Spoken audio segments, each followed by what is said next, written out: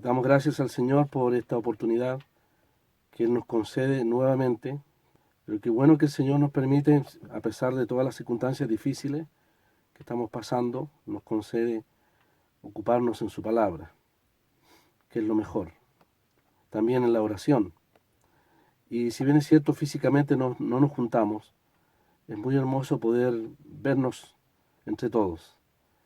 Y más encima, más aún, tener la oportunidad de escudriñar las Escrituras y con la ayuda del Señor poder ir desprendiendo aquello que necesitamos. Todos nosotros necesitamos mucho más ahora alimentarnos de la palabra. Aun cuando ella nos exhorte severamente, o nos consuela o nos anima. Ella, la palabra de Dios ciertamente tiene una provisión para cada necesidad. El que habla tiene muchas también. Al igual que todos nosotros necesitamos fortalecernos con ella. El Señor ha permitido que estos sistemas nos permitan poder alimentarnos y recibir también de lo que el Señor ha dado a otros también para alimentar nuestras vidas. Nosotros debemos ser, alguien dijo una vez, debemos ser como el mar de Galilea, debemos recibir las aguas del monte Hermón y evacuarlas, es decir, entregar a otros más. No como el mar muerto, que recibe, pero no da. Hay que recibir y también dar. Y así las aguas frescas de la palabra nos alimentan. Hemos estado ya considerando, hermanos, el verso 16, verso 15, lo vimos el sábado pasado del capítulo 1 de Filipenses. Y hemos pasado una porción, como hemos llamado, delicada, porque el apóstol sigue en el mismo pensamiento de que nosotros debemos imitar, expresar el sentir de Cristo en las relaciones los unos con los otros.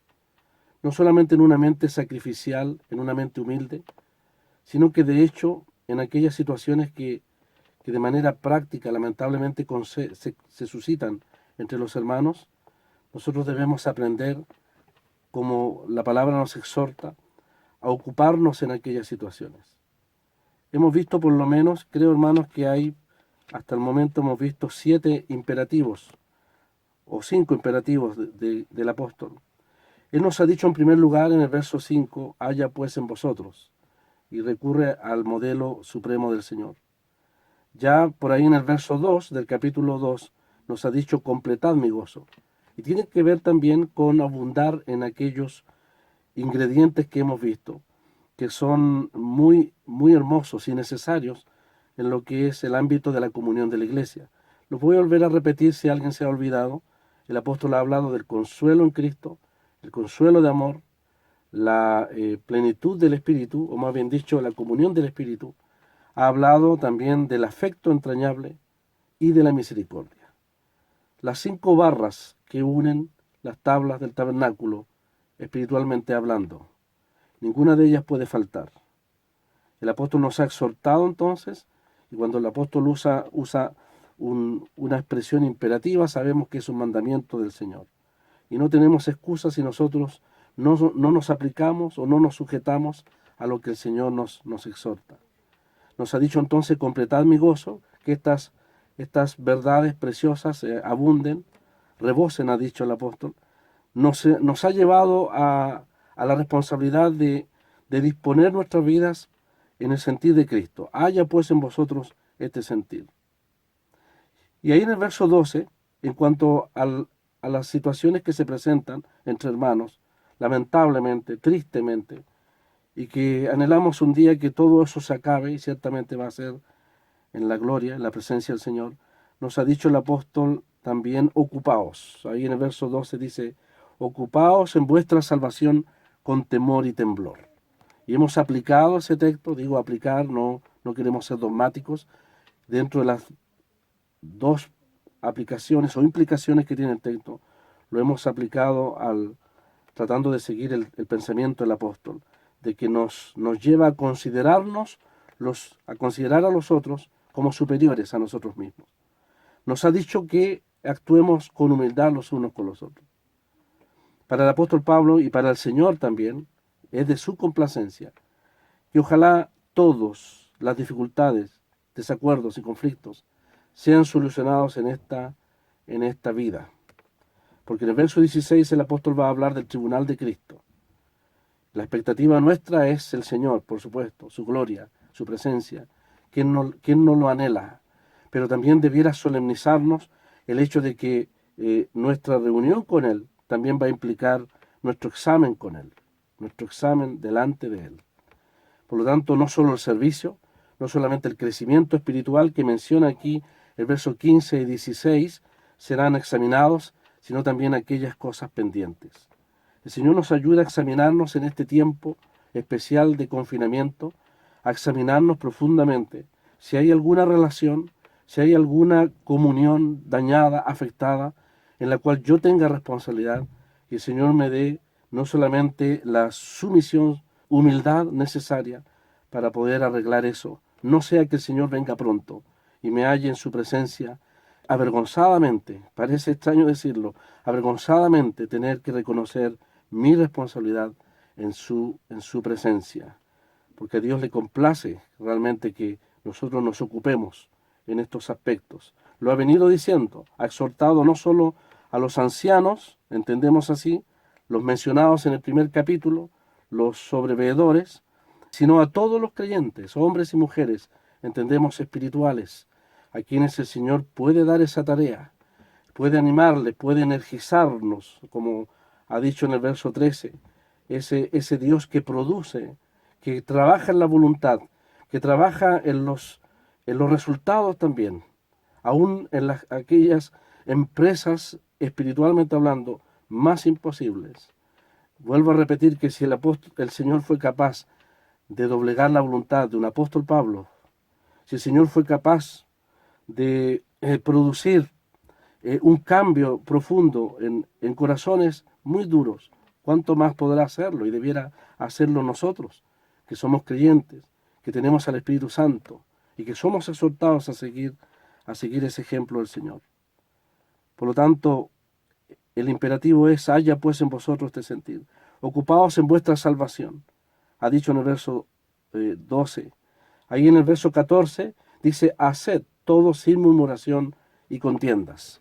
Ya vimos con bastante detalle el daño funesto que provoca la murmuración y la contienda en el pueblo de Dios. Eso es lo que el Señor quiere evitar. Y eso es lo que el apóstol Pablo exhorta, para que cuando emprendamos el buen propósito que agrada al Señor de ser mediadores, de ser pacificadores, no parte en absoluto, ¿no es cierto? Y no obras humanas, sino mediadores según la palabra de Dios. Cuando emprendamos ese buen propósito, evitemos todo murmuración y contienda, porque se trata de la obra de Dios, se trata de la comunión de los santos, se trata del ámbito donde el Espíritu Santo se mueve, obra sus benditos ministerios en el pueblo de Dios. Si la consolación en Cristo significa la presencia del Señor en medio nuestro, debiera entonces a llevarnos a la urgencia y prioridad de no permitir nada que afecte esa bendita presencia, que inhiba, ¿no es cierto?, la presencia, o más bien dicho, la obra del Espíritu Santo en medio de su pueblo.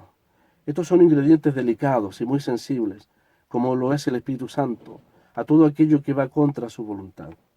De tal manera entonces que la contienda y la murmuración deben ser dejadas afuera. Hermano, hermana, me incluyo yo también, si nosotros no somos capaces de obrar en el temor y el temblor en el Señor, cuando se trata de asuntos delicados, mejor hagámonos a un lado y dejemos eso a aquellos que sí el Señor puede usar para ese propósito, El apóstol entonces nos sigue exhortando ahí en el verso 15, que si nosotros dejamos esto de la murmuración y la contienda, con todos sus problemas y todas sus consecuencias, efectivamente, en el verso 15, manifestaremos un carácter irreprensible. Fuimos exhortados por la palabra el sábado pasado, que nosotros debemos evitar a toda costa cualquier mancha en nuestro carácter como cristianos, que podamos ser irreprensibles, que nadie pueda señalarnos con el dedo de haber causado algo o de tener pendiente algo que que el Señor demanda que debe ser arreglado. Y además la palabra sencillo implica simplemente una mente humilde. Lo hemos comparado como la paloma, el Señor sencillo como paloma, no una mente cuestionadora, no una mente soberbia, no una mente inquisidora, no una mente pedante, no una actitud pedante, no un conocimiento que nos lleve a una autoimportancia o un autovalor superior a los demás. Al contrario, debemos ser sencillos, no ingenuos, pero sí sencillos, en el sentido de tener un solo propósito en nuestra vida cristiana: servir al Señor en lo que Él disponga en nuestras vidas, honrarle con todas nuestras fuerzas, nuestras energías, nuestro tiempo, nuestros bienes, y buscar su gloria, ningún otro propósito, no liderazgo, no supremacía, no importancia, no reconocimiento, etcétera. Todo lo que el corazón humano puede buscar debe ser dejado a un lado. El Señor quiere que nosotros seamos sencillos. Así como la iglesia en el capítulo 4, creo, de Hechos, dice que todos se juntaban en las casas para partir el pan, y allí ellos comían del pan y oraban con sencillez de corazón. Sencillez de corazón. Nadie tenía pretensiones. Hasta que lamentablemente en el verso 5, capítulo 5, aparece el orgullo, aparece la vanagloria de uno llamado Ananías y de su esposa llamada Zafira. Cuán triste fue aquello. Pero es la realidad que tenemos que enfrentar y que tenemos que juzgar permanentemente por la palabra, también delante del Señor. Dice: para que seáis sin mancha en medio de una generación maligna y perversa, en medio de la cual resplandecéis como luminares en el mundo.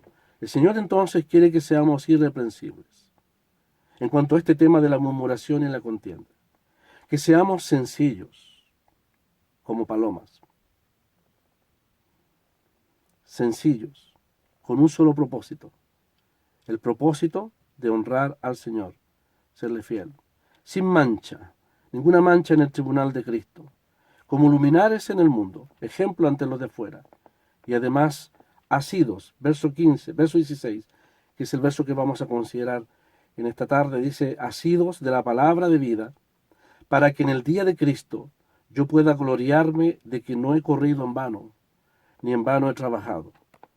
Y el verso 17 dice: y aunque sea derramado, dice el apóstol Pablo, en libación sobre el sacrificio de vuestra fe, me gozo y regocijo con todos vosotros, y asimismo gozaos y regocijaos también vosotros conmigo. Es mi intención poder considerar estos tres textos en esta tarde. El Señor nos permite el tiempo.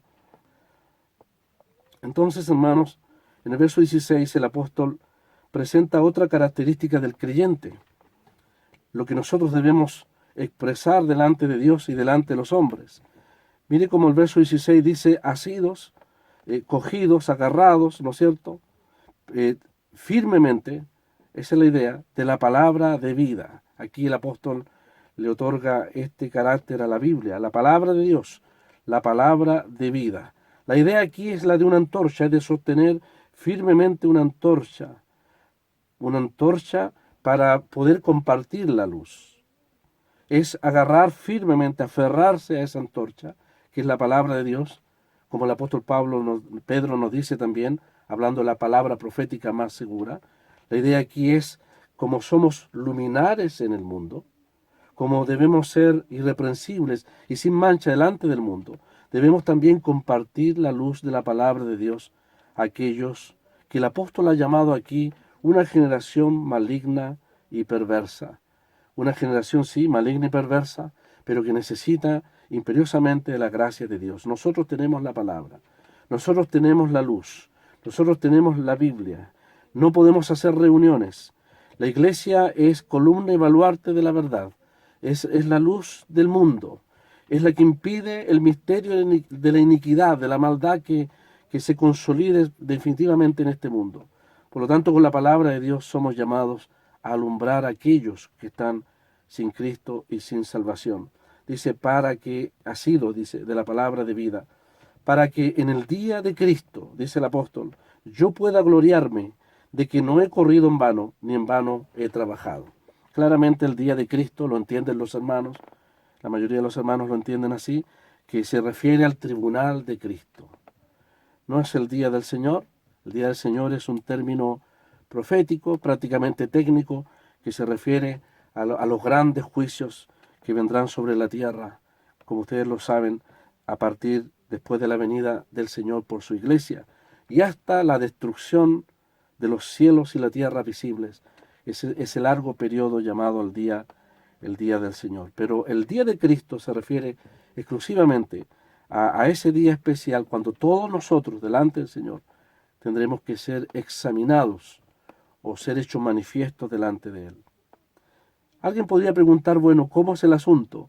Hemos venido hablando de que la gloria, la vanidad, la autoimportancia, el gloriarse, el darse el crédito en algo, debe ser dejado fuera completamente.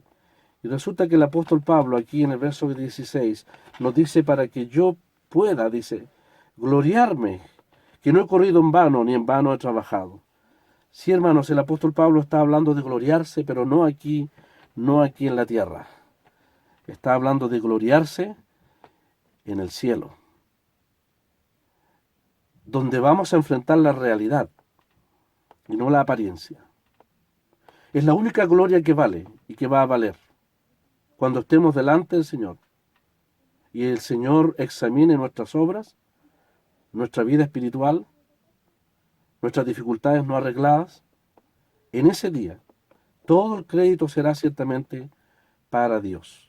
Y claramente esa gloria que habla aquí el apóstol Pablo será la gloria de Dios, la gloria de Cristo, por lo que Él hizo a través de Él. Y lo que Él hizo principalmente en los hermanos, especialmente los filipenses. Para que en el día de Cristo yo pueda gloriarme de que no he corrido en vano, dice el apóstol, ni en vano he trabajado.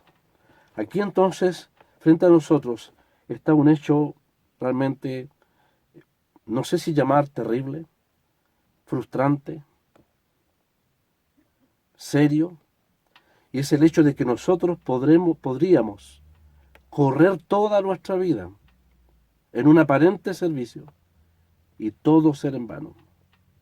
Haber trabajado arduamente ante la vista de los hombres, haber levantado inclusive un ministerio visible ante los hombres, de los cuales muchas veces en otros ámbitos vemos cómo se hace publicidad aún de las cosas del Señor. Y todo ser absolutamente en vano, en vano. Trabajar, especialmente dice el apóstol aquí, correr hacia una meta que finalmente es una meta que no va a tener ningún valor. La palabra vano la hemos venido considerando desde el capítulo 2, cuando habla de la vanagloria. Lo hemos comparado, hermanos, a ese globo de helio que se llena de nada, del vacío, pero que se infla y que a medida que va subiendo llega un momento en que revienta. Lo comparamos al orgullo, a la vanagloria, a la jactancia humana, la cual en algún momento el Señor claramente quebranta. Pero aquí la misma palabra de ese vacío, algo hueco, vacío, algo que no tiene consistencia, algo que ha sido una pérdida de tiempo, solamente gloria humana, o como el apóstol habla ahí en 1 Corintios 3, hablando del tribunal de Cristo, paja, heno y hojarasca. Aquí le llama vano, vacío, un saco lleno de aire, un globo lleno de aire. Es posible, sí es posible, lamentablemente, tristemente, que nosotros, buscando nuestra propia gloria, catapultando nuestros propios intereses, podamos correr muchos años una vida cristiana simplemente habiéndonos desviado del propósito principal, que es la persona del Señor, su gloria principalmente. Y es posible también, como usa el apóstol aquí la expresión, trabajar en vano. Lo triste aquí es que la palabra trabajar significa un trabajo arduo, una fatiga, un sacrificio, que quizás pueda ser aplaudido por los hombres, pero a lo mejor sea desestimado por el Señor en aquel día. Imagínense el apóstol Pablo haciendo carpas. Él sabía lo que era hacer carpas. Trabajar y trabajar en una carpa y hacerlo mal. Y al tratar de vender esa carpa, el que pretende comprársela se la rechaza porque ha hecho un mal trabajo. Es frustrante. Es frustrante, hermanos, perder el premio en la meta. Aún pasando la meta, perder el premio y ser descalificado por nuestras malas motivaciones, aún en el servicio al Señor. ¿Qué estamos haciendo para el Señor? ¿Cuál es el móvil? ¿Qué nos impulsa realmente? Cada vez que se ministra la palabra, cada vez, y lo saben muy bien los hermanos y las hermanas, que hacemos algo para el Señor, si necesitamos ministrar una hora, necesitamos 3 horas mínimo, o todo un día para orar al Señor, para que Él nos pueda usar, pero principalmente examinar nuestro corazón. Una hora de predicación del Evangelio para un hermano puede significar una semana completa. Yo me acuerdo en mis tiempos de juventud, los hermanos mayores nos enseñaban eso, de que el día lunes había que prepararse, aunque sea con un texto de la palabra de Dios, para compartirlo. Si era necesario predicar y ayudar, en la semana anterior, ya el día lunes, tenías tú que tener un texto. Pero no solamente tener el texto, sino orar, orar y orar. No solamente para que el Señor bendijera su palabra, sino para que examinara nuestro corazón. El Señor sabe lo susceptible que es nuestro corazón a la vanidad, a la autosatisfacción y a tantas cosas. El apóstol Pablo tiene terror, podría decirlo así, aversión al hecho de haber corrido en vano y de haber trabajado casi 30 años. Aquí está en la cárcel. Han pasado 10 años desde que se convirtieron, posiblemente más de 10 años, de esa bendita obra que el Señor hizo en Filipos. Y en la cárcel, él dice, hermanos, la manera en que yo voy a saber efectivamente que no he trabajado en vano, no es lo que yo diga de lo que hago para el Señor. Es el evidente fruto de la transformación de vuestras vidas, a partir de la conversión y a partir de toda la obra que el Señor ha hecho en vosotros. De tal manera que vosotros sois, dice, y eso es lo que anhela el apóstol Pablo, que ellos son verdaderos luces en medio de este mundo. Un grupo de hermanos, de mujeres y hombres de Dios, aferrados a la palabra de Dios, y que en aquel día van a ser, y aquí quizás tendremos que interpretar la palabra gloria a lo mejor como gozo, como alegría, como plena satisfacción en el Señor y no tanto en Él, sino el gozarse, maravillarse en aquel día en el tribunal de Cristo por lo que el Señor puede hacer a través de nosotros. Claramente la gloria será para Él en aquel día. Y nosotros no debemos quitarle nada del crédito que pertenece al Señor. Ese texto tan hermoso que lo hemos aplicado a los problemas, también podemos aplicarlo a la obra. Cuando dice, el Dios es el que en vosotros produce el querer como el hacer. ¿Qué gloria puede haber en aquello? Si cuando Dios llama, cuando Dios capacita, todo es una obra de Dios. Nosotros somos simplemente canales que debemos ser sujetos, sumisos, moldeables, como el Señor espera de nosotros. De tal manera que el vaso formado no puede gloriarse, sino dar gracias al que lo formó. De tal manera que el instrumento no tiene ninguna razón de gloria, sino solamente el que se atreve a usar personas e instrumentos tan incapaces y débiles como nosotros. Y lo hace precisamente para que Él pueda ser glorificado. No el instrumento se gloríe, sino el que lo usa, el que lo hace, lo formó y lo usa. Enorme privilegio que tenemos nosotros los creyentes de poder ser usados por el Señor. Por algo los ancianos, los 24 ancianos de Apocalipsis echarán las coronas al Señor, porque reconocerán que todo es de Él. Como dijo un hermano antiguo, todas las virtudes que puedan haber en mí, que vean de Cristo, finalmente son de Él. Todo lo noble que pueda haber en mí, como fruto, obra de Dios, es simplemente obra de Dios. Lo que somos y tenemos, cantamos siempre, ¿no es cierto? Solo nuestro en Él. Pero el apóstol espera gloriarse, no en la jactancia humana de esta vida, sino en la gloria, en el gozo de haber visto la obra maravillosa de Dios en estos filipenses y haber visto que todo su esfuerzo, sus lágrimas, aun las prisiones que él está sufriendo allí, no han sido en vano. No, Pablo no es un hombre frustrado. Está en la cárcel con el mayor de todos los gozos. Dirá en otra carta: he acabado la carrera. He ganado la batalla, pero no en su propia fuerza, sino el Señor le ha sostenido y le ha dado, por supuesto, esa victoria. El Señor nos ayude también a nosotros a tener esa victoria y no desviarnos, en primer lugar, de correr en esto que se llama la maratón de la vida cristiana, de correr con esa meta. Si estamos todavía aquí en este mundo y el Señor no ha venido, en el mes de julio vamos a ver la meta del apóstol, de la cual él no va a fallar. La meta va a ser a fin de conocerle. No, Pablo no va a correr en vano, porque su meta no solamente es servicio, es a fin de conocerle. Ahí en el capítulo 3, verso 10. Será cumplir el servicio que el Señor le ha dado y que le fue revelando paulatinamente a medida de los años. Será conocerle a Él y será también glorificarle a Él. Esos textos que le llamamos los textos de la carrera, preciosos, mencionados en las epístolas, la mayoría de ellos son usados por el apóstol Pablo como un aliento para nosotros también, para correr pacientemente, como dice Hebreos 12, puestos los ojos en Jesús, el autor y consumador de la fe. Ni he trabajado en vano, dice, no en vano trabajar, no en vano correr. Es el propósito del apóstol. Para que en aquel día, el día de Cristo, pueda gloriarme de que no he corrido en vano, ni en vano he trabajado. El Señor también, Él también corrió la carrera de una vida de dependencia y de fidelidad al Señor.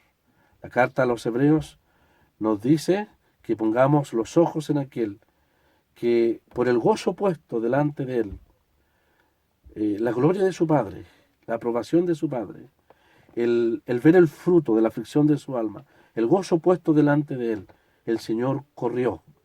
Él pasó la meta. Él sufrió una cruz, dice la palabra.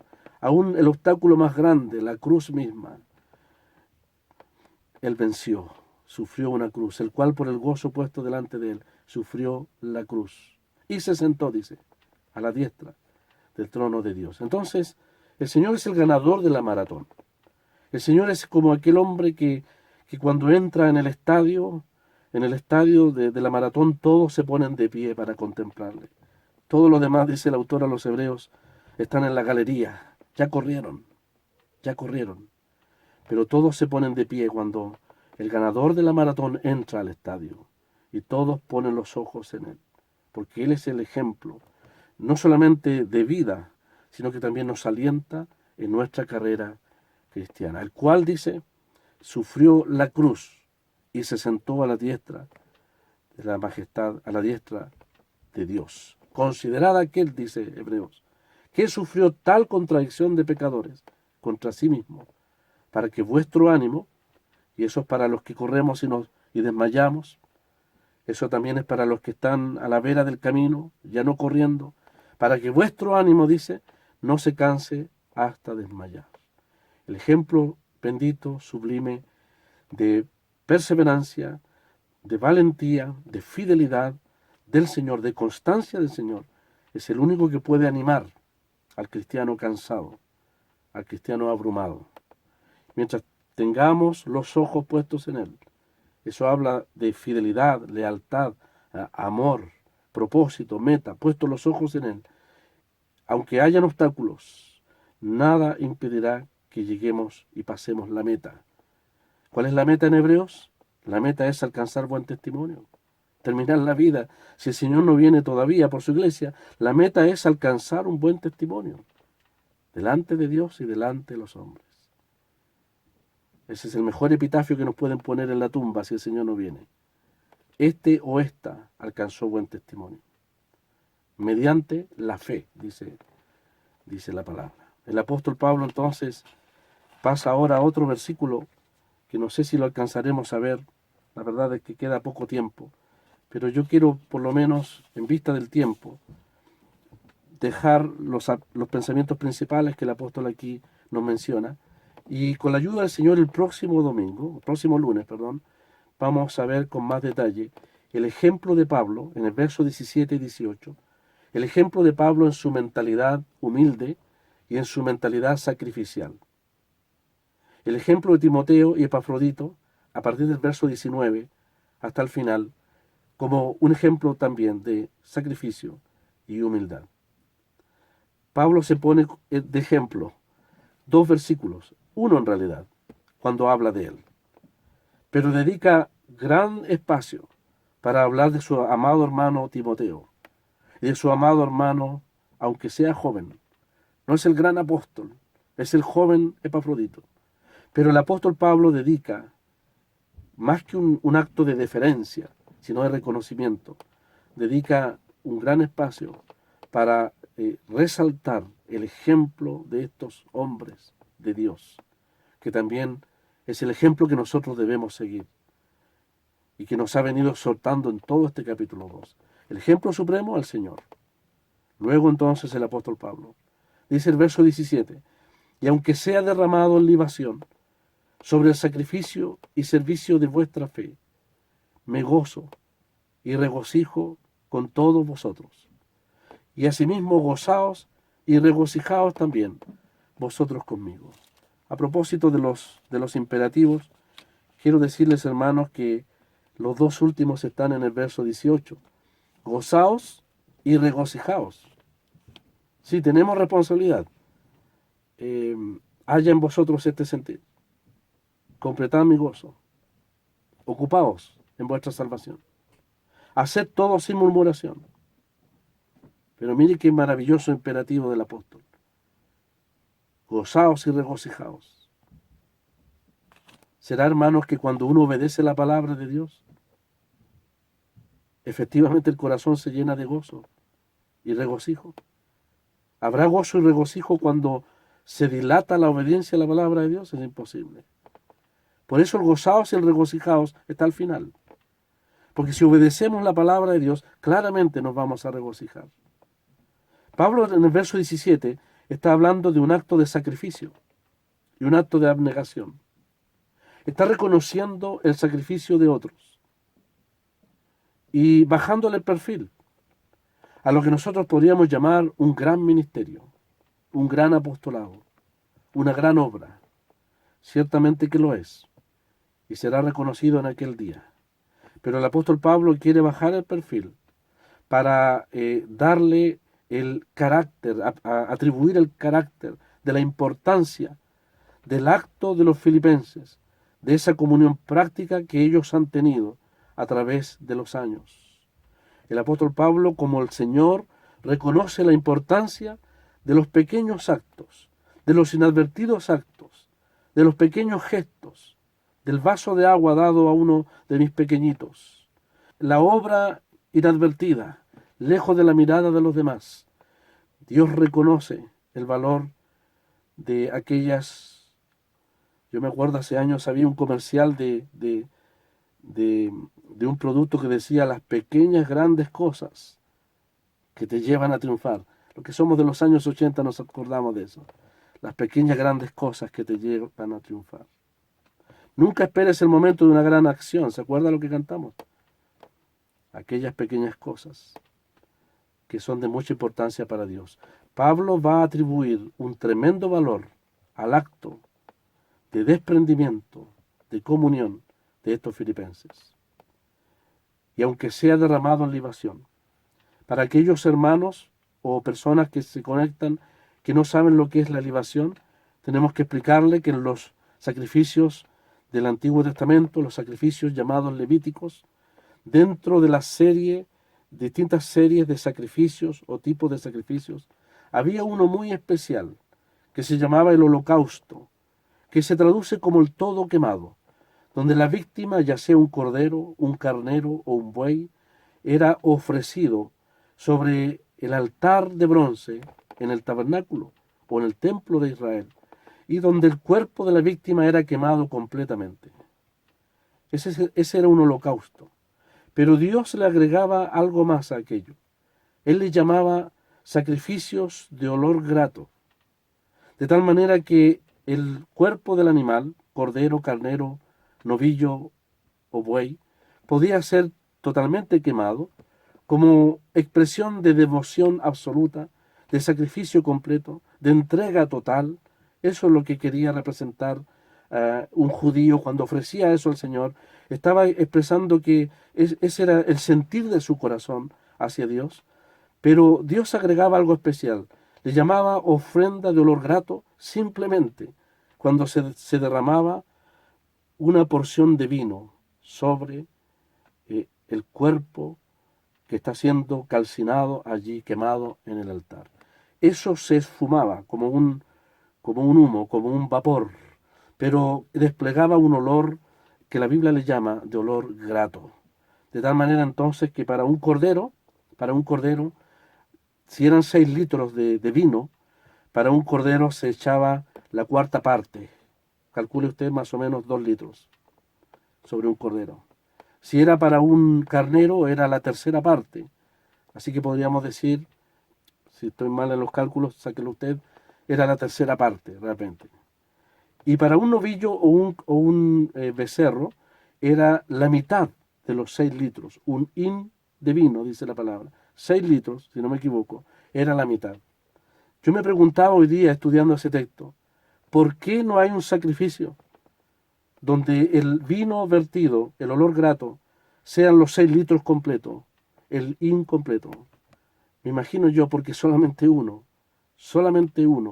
fue capaz de expresar el derramamiento de su vida, de su ser, de su verdadera devoción, como derramarse sobre el sacrificio de otro.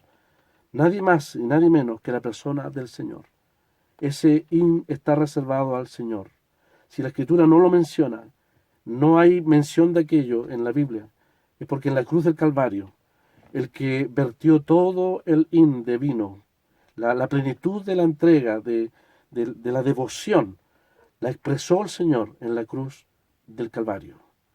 Pero nosotros como hombres, aún imperfectos, e imperfectos en nuestra adoración y devoción, somos llamados también a expresar, a ofrecer sacrificios, como dice Hebreos, espirituales, de devoción, de alabanza, de adoración, prácticos también, prácticos, de la ayuda mutua, dice Hebreos, que nunca serán como la devoción de nuestro amado Salvador. Pero Dios se complace en un cuarto, o en un medio, o en una tercera parte, si eso va sobre el sacrificio de los otros. Hermanos, les dice Pablo a los filipenses, hermanos, todo lo que yo soy, aún mi posible martirio, es en relación a vuestro sacrificio, a vuestra permanente comunión, aún en pobreza y necesidad. Es en relación a mi servicio, vuestro sacrificio. Es como el holocausto completo, es el cuerpo del animal completo entregado al Señor. Y para mí, dice Pablo, me es un privilegio y es un motivo de inmenso gozo poder compartir con ustedes esa devoción a Dios, si eso tuviese que ser la entrega o el derramamiento de mi vida en sacrificio o en martirio. Por eso dice, me gozo y regocijo con todos vosotros sobre el sacrificio y servicio de vuestra fe, de vuestra fe. Mire como aquel hombre que nos ha dicho que consideremos a los demás como superiores a nosotros mismos. Aquel que nos ha dicho que tengamos el sentir y la humildad de Cristo. Mire cómo Él reconoce el valor inmenso delante de Dios, de lo que para nosotros a veces podría ser un acto tan sencillo. Hermanos, aquí cuando el apóstol habla de sacrificio y servicio, estamos entendiendo, a buen entendedor, pocas palabras. Lo hemos venido viendo del capítulo 1, verso 5. No solamente la comunión espiritual con el apóstol, es la comunión práctica con sus necesidades. Si el apóstol Pablo está refiriéndose al sacrificio, a la comunión práctica de los filipenses con él como sacrificio y servicio, yo lo que veo aquí, y quizás usted lo comparta conmigo, es cómo el apóstol Pablo hace de lo que es la ofrenda para Dios, aún para su obra, un sacrificio, un servicio para el Señor. La palabra sacrificio significa el acto de desprendimiento, el costo. Ya en 1 Corintios, 2 Corintios 8 y 9, el apóstol hablaba de los hermanos de Macedonia, los filipenses, que en gran prueba de aflicción y más allá de su pobreza, expresaron la entrega primero al Señor y después de forma práctica a los intereses del Señor. Pablo le llama sacrificio y Dios lo reconoce como un sacrificio. Y luego le llama servicio. Ahí está la palabra liturgia. Hermanos, qué triste. Y yo tengo que pedir perdón al Señor porque en algún momento lo hemos hecho durante nuestra vida cristiana. Cuando se trata de la ofrenda, la cena del Señor, a veces metemos la mano en el bolsillo y sacamos la primera moneda que encontramos. ¿Eso es liturgia? ¿Eso es sacrificio al Señor? ¿Eso es un examen? ¿Es algo preparado, separado para Él? La palabra liturgia significa el servicio sacerdotal al Señor. La predicación del apóstol, el ministerio del apóstol, es un servicio para Él de adoración. La conversión de los gentiles es una ofrenda a Dios. Pero Pablo dice, vosotros hermanos, vuestro sacrificio y servicio es una liturgia delante del Señor. Por lo tanto, eso santifica lo que sabemos que es la raíz de todos los males, el dinero. Es santificado en el ámbito del cristianismo. De tal manera que estos filipenses, en devoción al Señor, como sacrificio y verdadera liturgia, como un servicio sacerdotal, lo dan al Señor para sus propósitos y sus intereses. Ese es el holocausto que el apóstol reconoce aquí como el sacrificio y servicio de vuestra fe en los filipenses. Y Pablo dice, y yo hermanos me acerco con ustedes al altar de esta devoción a Dios. Ustedes con el desprendimiento del sacrificio, a lo mejor de vuestros bienes y de vuestra propia pobreza, como ha sido característico de los filipenses. Y yo con mi servicio al Señor, ambos, ustedes y yo, ofrecemos el sacrificio al Señor. Pero dice Pablo, pero la parte importante la lleváis vosotros, dice. Ustedes ofrecen el holocausto y yo soy simplemente la libación como el vino que es echado y que se fuma y desaparece a la vista de los hombres. Hermanos, el concepto del apóstol aquí es algo que se pierde a la vista de los demás, a la vista de los demás, pero que será reconocido en la presencia del Señor. Voy a leer, hermanos, termino leyendo 4 pensamientos posibles. Quizás usted tenga su propio pensamiento respecto a este precioso texto de la palabra. En primer lugar, Pablo considera su servicio, el servicio de él, como un sacrificio fugaz, de devoción y entrega, en comparación a los resultados permanentes del holocausto de servicio y comunión de los filipenses. En segundo lugar, Pablo considera la posibilidad del martirio, es posible, como un ingrediente adicional que contribuye, junto con el sacrificio de los filipenses, al olor grato que subirá delante del Señor. Hermanos, ni aun en el martirio Pablo pretende gloriarse. Como la Edad Media exaltaban y gloriaban a los mártires. Lo que menos querían los mártires era gloria para ellos, porque estaban muertos, ya habían muerto en sus corazones para gloria de este mundo. Esperaban la corona del mártir, como el Señor promete ahí a la iglesia, a esa iglesia fiel de Esmirna, te daré la corona de la vida. No, Pablo no pretende gloriarse ni aún en el martirio, como el que ofrece el cuerpo para un holocausto, sino que lo compara aquí al derramamiento del vino. Si ese va a ser martirio, eso es suficiente para el apóstol. ¿Pero sobre qué cosa? Dice, sobre el holocausto de vosotros, es decir, vuestra comunión permanente a través de tantos años. Pablo ve, en tercer lugar, Pablo ve en el sacrificio y servicio de sus hermanos filipenses como un holocausto de vidas rendidas al Señor. Pero mira su propia obra como una simple, no sé si usar la palabra simple, la verdad es que de valor también, como la libación agregada al servicio de ellos. Pablo está considerando a ellos como superiores al mismo en el servicio al Señor, en el ámbito del servicio al Señor. Y finalmente, en esta expresión, aunque sea derramado en libación sobre el sacrificio y servicio de vuestra fe, me gozo y regocijo con todos vosotros.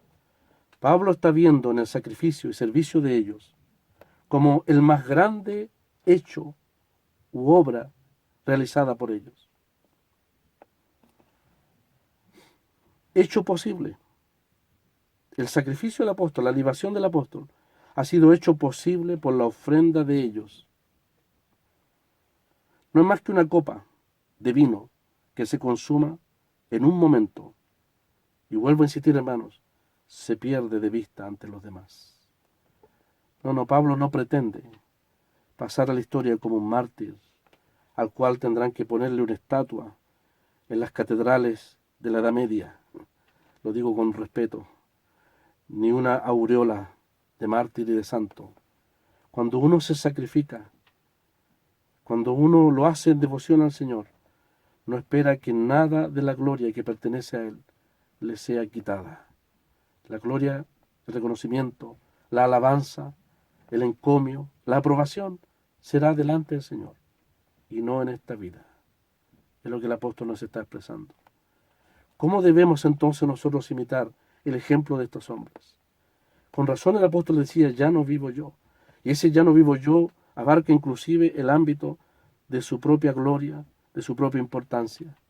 Aún en lo que podríamos nosotros considerar el acto más sublime de la fidelidad de una persona, el martirio, como el de Esteban. Creo que Esteban tampoco pensaba ni atribuirse ninguna gloria en absoluto. Toda la gloria será para el Señor. Para Pablo una libación. Para los creyentes que continuamente están ahí sirviendo, los filipenses, respaldando los intereses del Señor, ciertamente es un acto de mucho valor delante de Dios. Quiero terminar, hermanos, disculpen los minutos, cuando dice sacrificio y servicio de vuestra fe. Hermanos, está la fe, con esto termino, está la fe del que espera del Señor y está la fe del que provee para el Señor. Pablo es un hombre que por la fe espera en el Señor y ha aprendido a vivir por 30 años en ese ámbito. Y el Señor nunca ha fallado. Los filipenses son aquellos que por la fe proveen para el Señor. Han invertido también en la gran empresa del Evangelio. Van a tener el rédito, los intereses en el cielo. La fe les ha impulsado a, como dijo el Señor, a hacer tesoros en los cielos, en los propósitos de Él, eternos y realmente gloriosos. ¿Acaso hay solamente personas de un grupo reducido que viven por la fe? No es así. Dice aquí el sacrificio y servicio de vuestra fe. Hay quienes viven por la fe esperando del Señor en su servicio.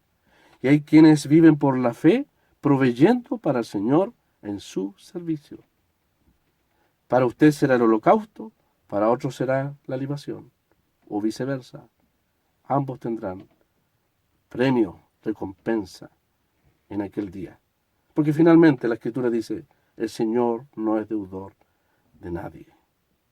En aquel día el Señor será glorificado por ambos, los que ejercieron la fe en dependencia en Él y los que ejercieron la fe proveyendo para Él, para los intereses del Señor. Gozaos, dice.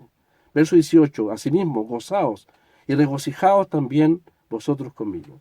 Solo la vida de desprendimiento, solo la vida de sacrificio, solo la vida humilde en el sentir de Cristo puede producir un verdadero y permanente gozo delante del Señor. El Señor nos ayude a imitar el ejemplo de los filipenses y el ejemplo también del apóstol Pablo, como su Señor, que le rescató.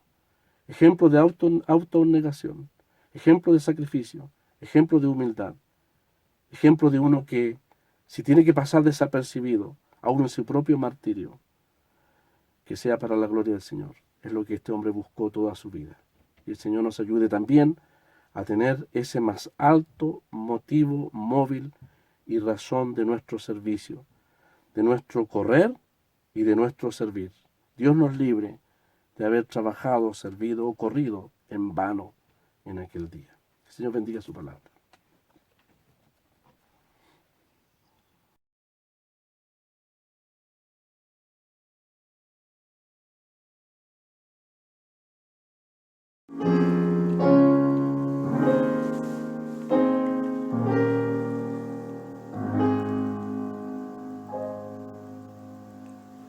Al cruzar el valle no habrá llamas, sombras, cuando nuestra vida aquí terminará.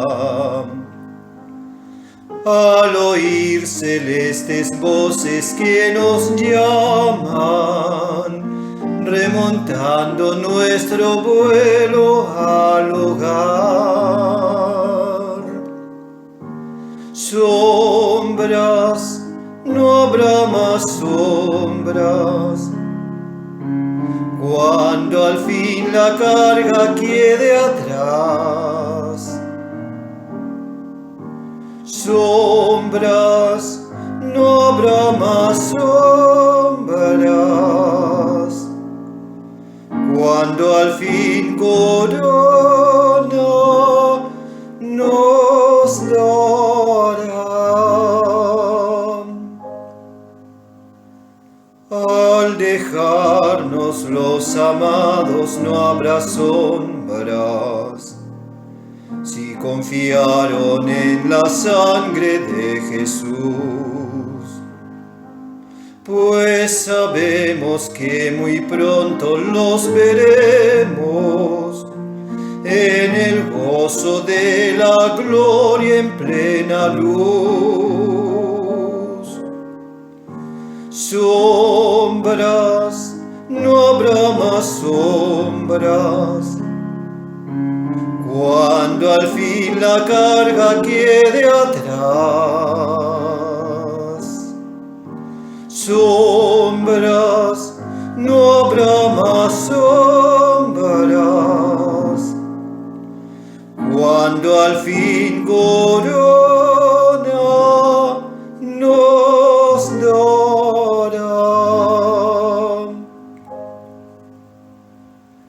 Al reunirnos en el aire no habrá sombras, cuando se oiga la trompeta del Señor. Con Jesús en grande majestad y gloria, entraremos en el gozo de su amor. Sombras, no habrá más sombras,